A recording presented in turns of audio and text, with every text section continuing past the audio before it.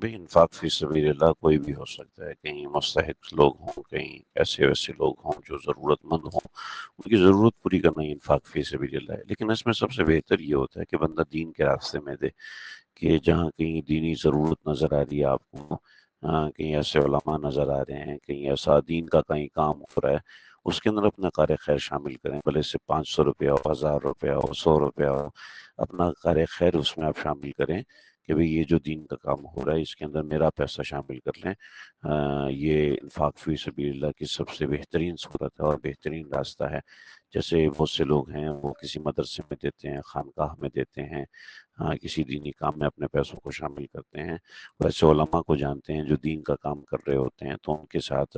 ماہانہ، سالانہ جو بھی ہو کوئی ذرا تعاون کرنا شروع کر دیتے ہیں، اپنی زکوٰۃ بھی اس میں ڈالتے ہیں، صدقات بھی اس میں ڈالتے ہیں۔ تو اس طریقے سے جہاں کہیں ایسا اعتماد والی جگہ ہو تو اس میں اپنے پیسے کو شامل کیا جائے، یہ انفاق فی سبیل اللہ کی سب سے بہترین صورت ہے۔